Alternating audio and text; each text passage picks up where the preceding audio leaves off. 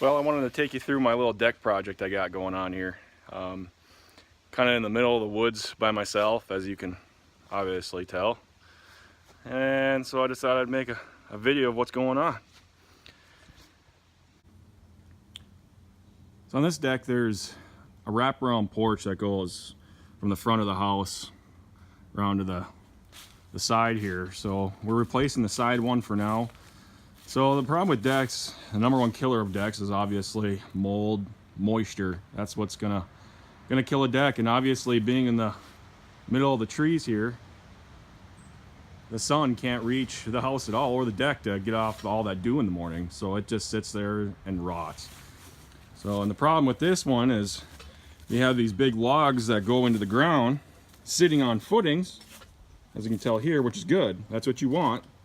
But you got 3 to 4 inches of dirt going up the log. So all that moisture is just sitting around the base of the log, and it's at the very end of the log, the cut end. So all the moisture is just going up the log just like a straw.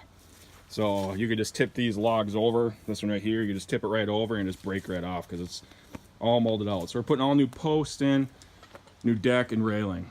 So I'll keep you informed as we go along. All right, so we got a little farther on the deck. We got our pillars up, the decking on, the headers on. So everything's nice and plumb and straight and square.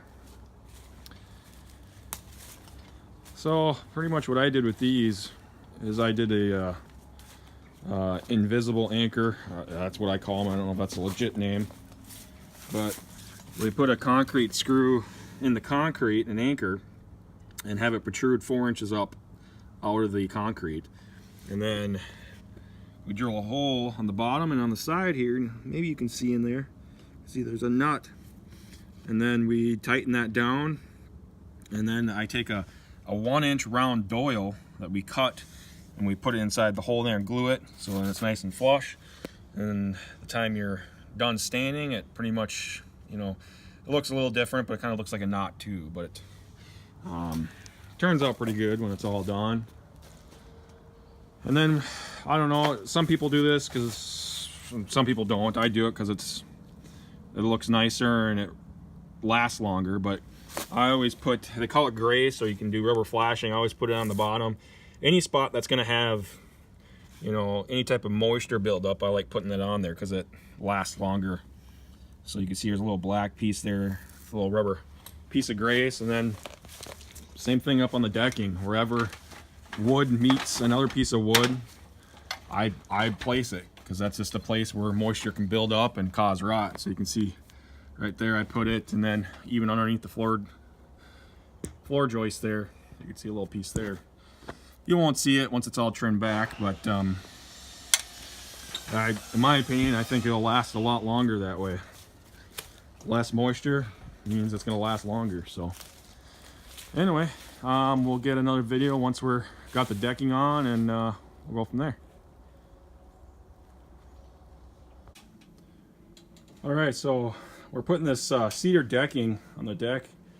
Just wanted to show you what we've been using. We've been kind of doing a you know, a lot of times you'll see decks where they have screw holes, like, you know, on the top here, and it starts cracking out the end, and it's just kind of a, I don't know, appearance wise it doesn't look too good. So I've been kind of doing, they're a partial hidden screw, but they're a trim screw, so they don't really crack out on you, at least what I've been finding out. We've been using this tool, I guess this one's called the Camel Marksman Pro. So pretty much how this works, it's actually a pretty slick deal. You pretty much you squeeze the trigger, so you can kind of see here. I'll try to get in focus. When you squeeze it, the end pieces of steel go in and out. So pretty much you go hug around that board, and you kind of get center here with your floor joists. Then you take these screws. They're kind of a goofy screw. They don't really have a tip on them. They're flat. Kind of see their exterior screw. Pretty much all you do is you put them in this hole like that, drop it in, put it in here, drop it in, and you screw it in. So it's pretty simple process. Screw it till you pretty much hit the red collar there. Go to the other side, do the same thing, screw it in, and that's pretty much, that's what it leaves on the side here, a little hole. So anyway, just wanted to show you guys what how that tool works. I'm pretty happy with it overall. So all right, we got the decking on. So I was going to run through kind of how I'm going to be putting the post on for the railings. So pretty much you'll see a lot of times with railings, they'll do an L notch right here. They'll notch it like, say, right there, and then up, and then they'll screw it, you know, to the face board that's in front, you know, right here. So I'm going to do something a little different. I think it looks a little bit more crisp, cleaner. So pretty much what we got going on here is this is going to be, you know, our main railing post. And it's kind of the same idea as, you know, the pillars that we did down below holding up the headers. But we drilled a 1/2 inch hole center of this 4x4.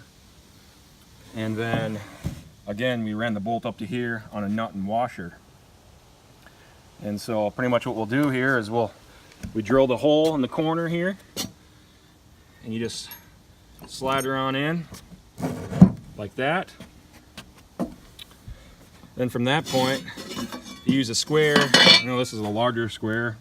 Obviously, the bigger the square, the more you know, square you're going to be over a length. So it looks like we're good there.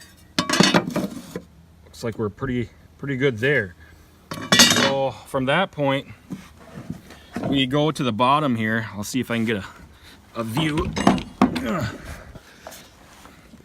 So here's the floor joist. There's the post, and it runs pretty much right there. You can kind of see the bolt in there, hopefully. We'll put a nut on there and we'll tighten it down so it's super tight. And then from that point, what we do is I have a 1-inch doil here that we use. And we'll put that in there and we'll pound it so it's completely flush, just to help to keep the water and moisture out of there. And then we have a toe kick. That's what this outline is here. A toe kick board that will go from here to the next post down. So I'll actually just hide that completely. You won't even see it. And then also too, one thing I forgot to mention, what I do is I take some rubber membrane, this kind of stuff, or grace. They use it around windows. I'll actually put it, you know, underneath here to help with the moisture. You know, keep that, you know, a little bit raised off the board, so it just, you know, doesn't mold and rot so fast. So anyway, that's how I do those, and we'll get another video here when we're all finished up. All right, well, here's the finished product. Everything all done. Just did a cedar decking, cedar posts, top handrails, and then we just did the wire for the railings.